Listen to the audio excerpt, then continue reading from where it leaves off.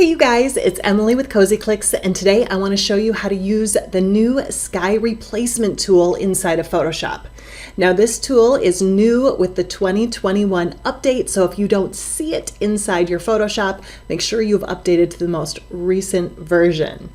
Now to add a sky in, Photoshop makes it a little bit easier for you guys.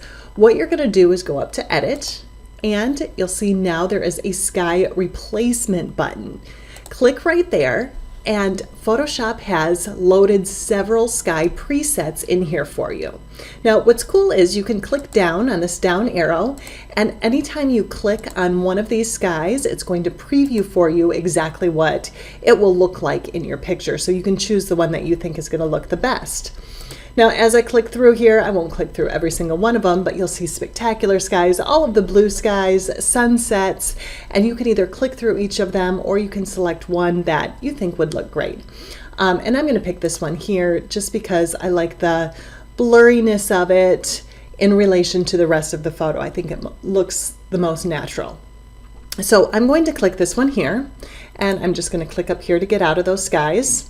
Now, the next two sliders I think are the ones that you're probably going to use the most with this sky replacement tool. The Shift Edge tool, you'll notice if I take and I move it all the way over to the right, look what happens to the image. If it's all the way over that way, a lot of the sky is going to cover your subject and parts of the background. Now there is no magic number here for where your slider should be. It's going to be dependent on your picture. So I'm just going to move that down a little bit because I don't want it on her. And actually this one's probably going to have to be moved down quite a bit more. So I'm just kind of playing around with it, and you can play around with it on your photo too. Now the fade edge, you'll notice if I move that all the way over to the left, we're going to get somewhat of a halo that appears around our subject. Now some pictures you might need to put it at 0. Again, not a magic number here, so it's something you're going to have to play around with to see what works for each individual photo. I'm going to move this one up a little bit so we don't have quite that halo around it.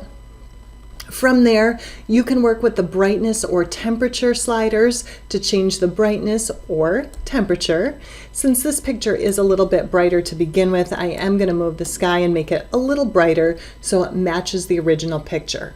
A lot of times that's key with adding a sky into your picture is making sure the temperature, the color temperature is the same, the brightness is the same, and where the light source is coming in is the same as the original picture. Now, once you select all of the sliders and where you would like them to be, you can either output to new layers, and this will come up with several new layers for you to use and adjust even more on that sky, or you could just go to duplicate layer and click OK, and you'll get a background copy with that sky right there. It makes it, or Photoshop makes it, pretty easy to use skies. But there's a couple other things that you can do and ways that you can add a sky to your photo. I'm going to link in the description below to how to add sky overlays and how to add sky overlays to trickier skylines, because I know that can be hard sometimes. So there's 2 tutorials where you can check that out too if you're having a hard time with this new sky replacement tool. Thank you guys for listening and learning something new today, and let me know if you like this video, if it helped you. Give me a thumbs up or let me know in the comments below. I do appreciate you, and I do read through your comments, and I like to know that you're watching and learning. Thanks again, you guys. I will be back again with more tutorials.